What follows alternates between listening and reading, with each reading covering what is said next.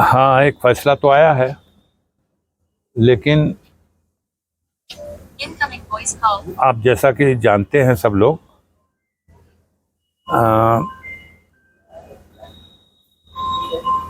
वर्ष 2005 में 29 नवंबर 2005 को भांवरकोल थाना क्षेत्र के अंतर्गत माननीय स्वर्गीय विधायक कृष्णानंद राय की जो हत्या की घटना हुई थी, हत्याकांड की, उस घटना में हमें साजिशकर्ता की संज्ञा देकर आरोपित किया गया।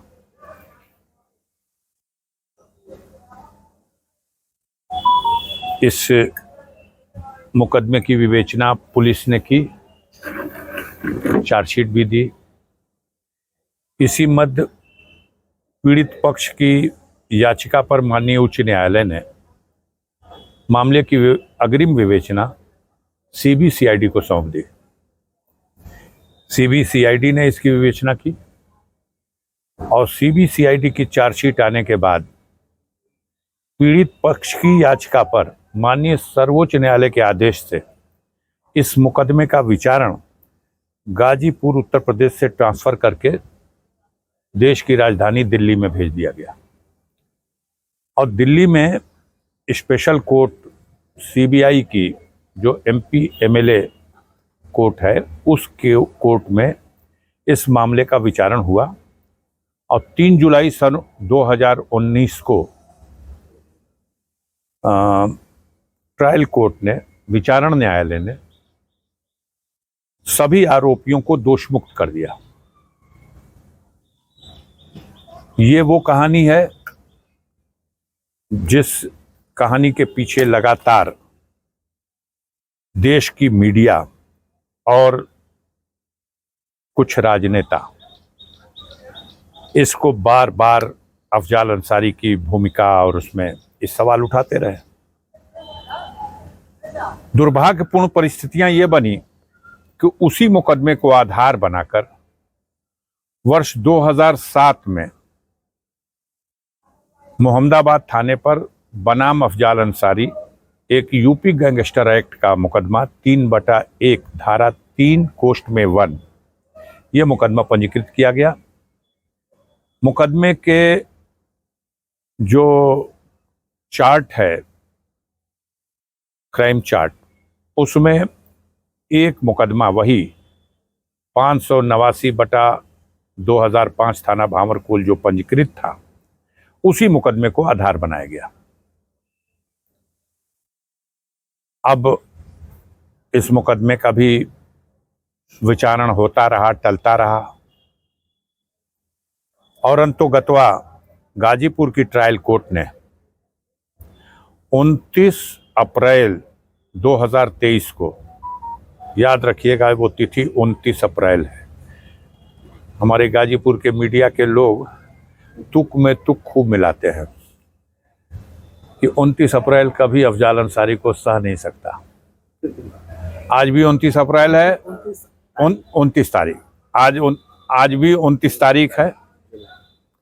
तब अप्रैल का महीना था जब हमारे न्यायालय से 4 वर्ष के साधारण कारावास और 1 लाख रुपए के अर्थदंड से दंडित करने का दंडादेश पारित किया गया।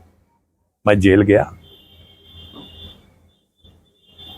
माननीय उच्च न्यायालय इलाहाबाद में याचिका दाखिल की, अपील दाखिल की। गाजीपुर के सेशन कोर्ट के स्पेशल एमपी एमएलए कोर्ट के फैसले के खिलाफ इस अपील में, ये अपील हमारी सुनी जाए। इस फैसले में ये दोष है। माननीय उच्च न्यायालय ने प्रथम दृष्टया उसे सुनवाई के लिए स्वीकार तो किया, मुझे जमानत भी दे दी, लेकिन सजा का जो आदेश था उसे निलंबित नहीं किया। परिणाम स्वरूप मेरी सदस्यता जो निलंबित कर दी गई थी वो बहाल नहीं हो सकी। मुझे इसके लिए सुप्रीम कोर्ट जाना पड़ा। माननीय सर्वोच्च न्यायालय ने सुनवाई के बाद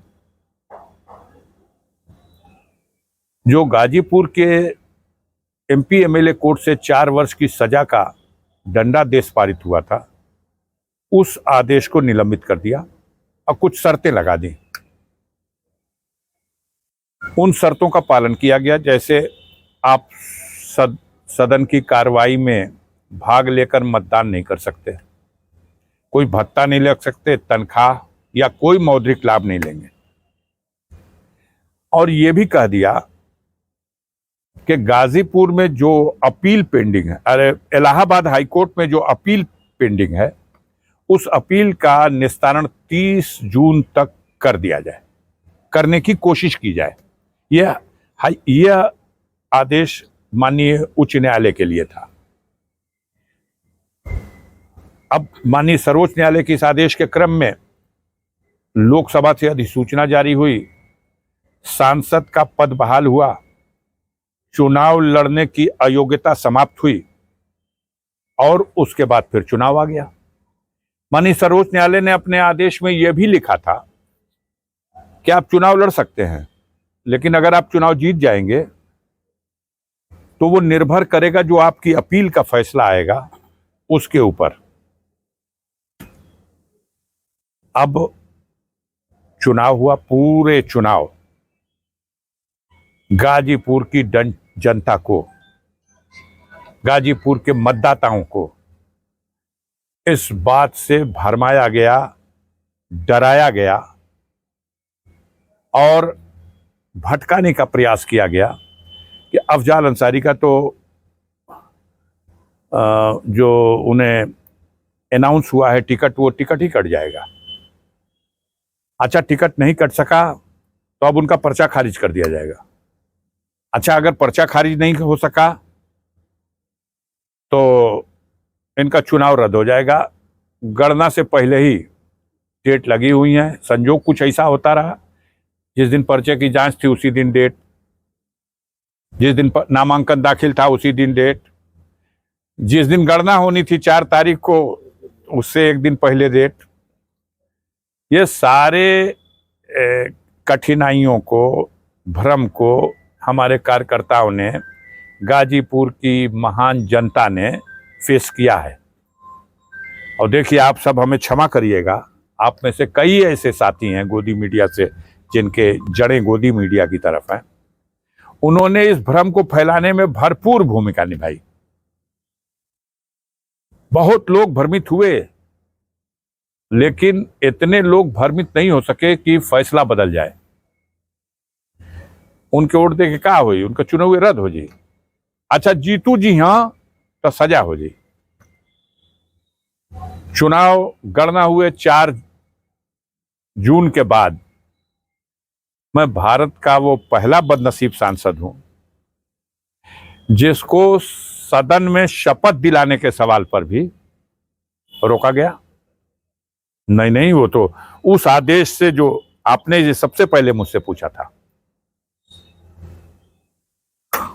माननीय वीनू जी ने चुनाव का रिजल्ट आने के बाद मुझसे ये प्रश्न किया था, वो जो आदेश है उसका क्या होगा। हमने कहा वो 17वीं लोकसभा के लिए है, लेकिन हमें क्या पता था कि मीडिया के लोग दिशा देते हैं और उस दिशा पर व्यवस्था चलाने वाले चलते हैं, और आपकी दिशा पर चल करके उन्होंने रोक तो दिया।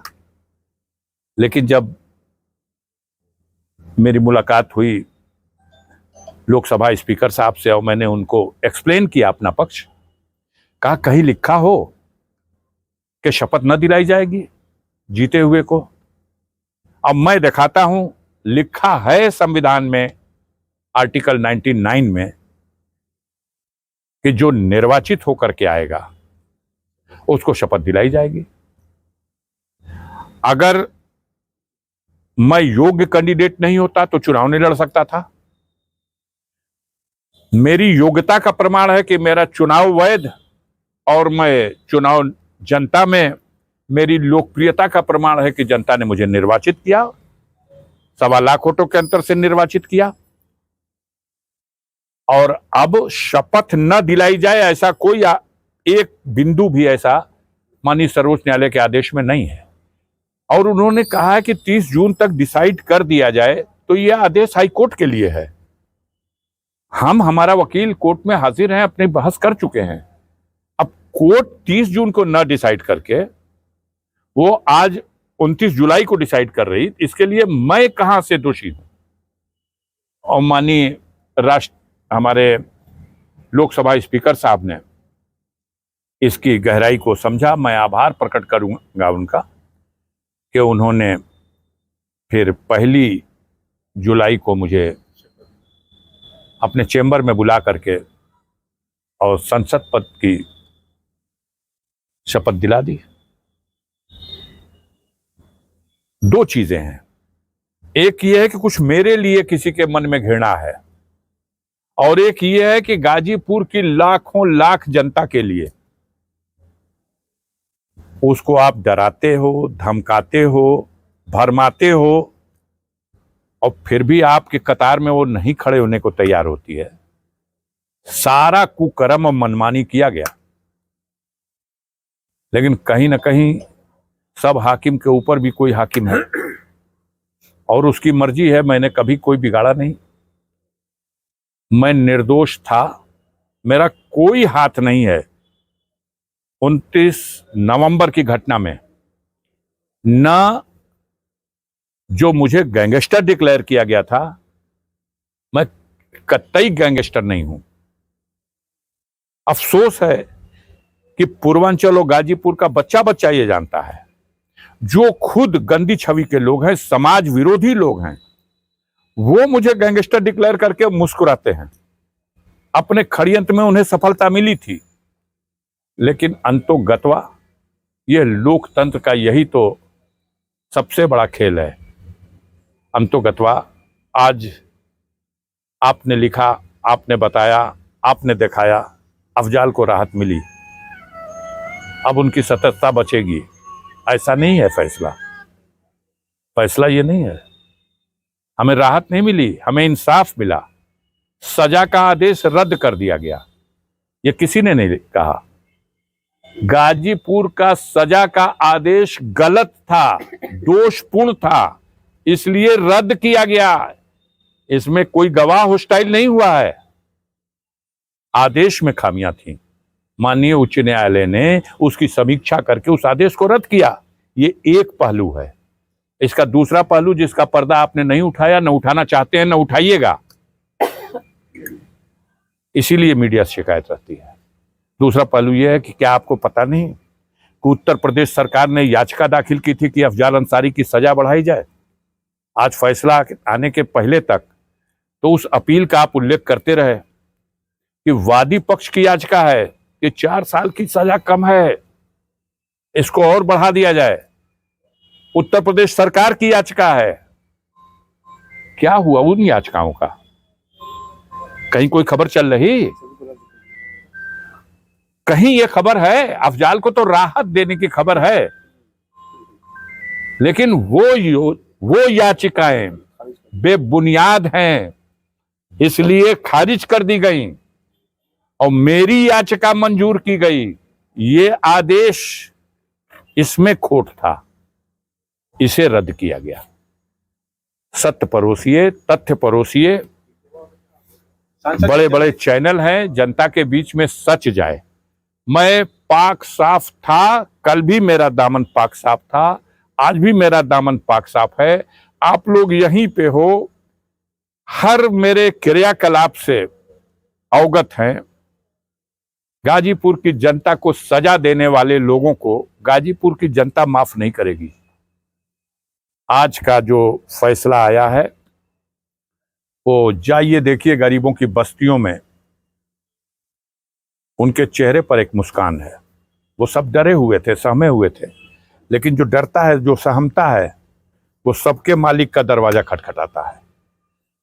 और उस मालिक के दरवाजे में आज सावन का महीना, पवित्र महीना, भोलेनाथ का प्रिय दिन, दूसरा सोमवार। कल ये तो सबने दिखाया कि अफजाल अंसारी ने मुसलमानों से दुआ की अपील की, लेकिन ये किसी ने नहीं दिखाया कि अफजाल अंसारी के लिए सर्व समाज के लोगों ने, हमने अपने किसी मित्र को टेलीफोन किया, वो बात वायरल की गई। कहाँ क्या खोजते रहते हैं? क्या ये माना कौन बचा है, कौन दरबार बचा है? भोलेनाथ के दरबार में आज जल चढ़ाने वालों ने चिल्ला चिल्ला के गुहार लगाई है। देवी के दरबार में दोनों लोगों ने मत्था टेका है। जिसकी जहां आस्था है, हर जगह। तो ये माना जाए कि जो 29 तारीख है इस बार सावन में पड़ी थी और भोलेनाथ की नहीं, 29 तारीख का मंतक काम नहीं आएगा। लगातार 84 के बाद कोई 2 बार नहीं जीता, ये भी मंतक काम नहीं आएगा। अफजाल अंसारी सत्य में विश्वास करते हैं और जनता जिसके साथ खड़ी हो जाती है उसके सामने ये सब मंतक 84 के बाद कोई 2 बार नहीं जीता, इसलिए ये कैसे जीत जाएंगे? आज के फैसले पर किसी को धन्यवाद कहना चाहेंगे? धन्यवाद गाजीपुर की जनता को, जो आज 8 महीनों से टॉर्चर की जा रही थी। 8 महीने से उसे डराया और धमकाया जा रहा था। छोड़ दो अफजाल अंसारी का साथ। गाजीपुर की महान जनता,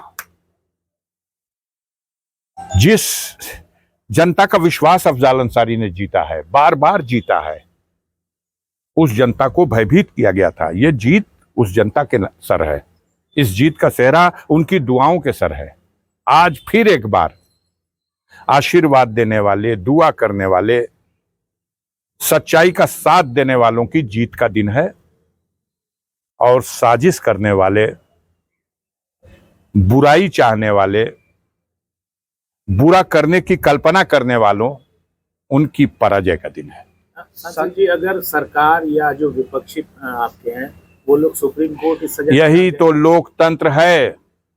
इस लोकतंत्र में सबको अधिकार है और जहां तक जिसकी सीढ़ी है वहां तक जाएगा। ये फिर एक नया डर पैदा करने का जो प्रयास है, हर डर का हमने संकल्प लिया है जीवन में मुकाबला करने का। सुप्रीम कोर्ट ने ही तो भेजा था। हाई कोर्ट ने कहां सजा को सस्पेंड किया था? सुप्रीम कोर्ट में जब हम गए थे कि देखिए हमें जमानत मिली, लेकिन ये सजा मेरे खिलाफ जो हुई है ये बहुत दोषपूर्ण है, इसे सस्पेंड किया जाए। प्रथम दृष्टया सुप्रीम कोर्ट को भी लगा, तब सजा सस्पेंड हुई है। सबकी सस्पेंड हो जाती है। सजा सस्पेंड किया और अगर अपील की सुनवाई का साधारण समय होता तो शायद 25 साल बाद मेरे नंबर आता अपील की सुनवाई का, सजा की, और शायद मैं 25 साल तक सजा के बोझ के नीचे दबा सिसकियां लेता रहता। लेकिन माननीय सर्वोच्च न्यायालय ने जब इसको सुना तो उसे लगा नहीं, ये तो बहुत लंबे दिनों तक इसका पर्दाफाश होना चाहिए, इसकी सच्चाई प्रकट होनी चाहिए। यही तो हमारे देश की न्यायपालिका का, यही तो उसका अद्भुत एक विश्वास जिसकी जनता का उसके ऊपर है, वही तो अद्भुत शक्ति है कि उसने उसी दिन निलंबित किया और कहा कि तय कर दो 30 जून तक। अब आप उसको ये देखते रहे कि 30 जून तक तय करने का मतलब कि 30 जून तक तो इनको फिर सजा ही हो जाएगी। सर, बजट सत्र लेकिन मैं उसी दिन मान के चल रहा था और न्याय में विश्वास करने वालों को यही मालूम था। जिस दिन गाजीपुर में सजा हुई, बच्चा बच्चा जानता था कि जबरदस्ती साजिश करके, दबाव दे करके यह सजा कराई गई है और किसी न किसी दिन ये टूट जाएगी। बहुत जल्दी टूट गई, सच्चाई जनता के सामने आ गई। लेकिन सांसद जी, जिस तरीके से फैसला आया है, आपके पक्ष में आया है, लेकिन वो 8 महीने जो आम जनता का नुकसान हुआ है, आप 3 महीने जेल में रहे हैं, उसका क्या है? अब देखिए, जेल में रहे और नुकसान रहा हुआ, इन सब सवालों पर जनता को जो कष्ट हुआ है वो जनता अपने दृष्टि से उन लोगों को जो इस तरह के झूठे प्रचार के माध्यम से उनको चिंता में डालते रहे, वो सोचेगी। जहां तक मेरा सवाल है, मेरे माथे से जो साजिश के तहत काला टीका लगाने का प्रयास किया गया था वो टीका धुल गया। मुझे इस पे गर्व है। संसद की कार्रवाई में हिस्सा लेने जा रहे हैं? बस अभी निकल रहा हूं, कल प्रयास करूंगा कि संसद की कार्रवाई में सम्मिलित हो जाऊं। मुझे रोका नहीं गया है, कल भी नहीं रोका गया था, लेकिन जब जजमेंट सुरक्षित हो गया तो मेरा मन कर रहा था इसे डिसाइड करा के चलें आपके जैसे लोगों के बीच में मैं बैठा हूं, आज आपके बीच में बात करने की स्थिति में हूं। कल आप सब यही थे, लेकिन मैं नजरें झुका लेता था कि आपसे बात क्या करूं। आपके दिल में तो एक बात है, तो मैं आपके सामने क्या तर्क रखूंगा। आप 20 लाख लोगों के जनप्रतिनिधि हैं, चलते चलते क्या संदेश देंगे इस मुकदमे में फैसला आने के बाद? नहीं, जनता के लिए उन्होंने, जिन लोगों ने भी न्याय के पक्ष में दुआएं की हैं, आशीर्वाद दिया है, उन सब के लिए पहले से ऋणी हूं और जीवन भर ऋणी रहूंगा। आभारी हूं, जीवन भर आभारी रहूंगा।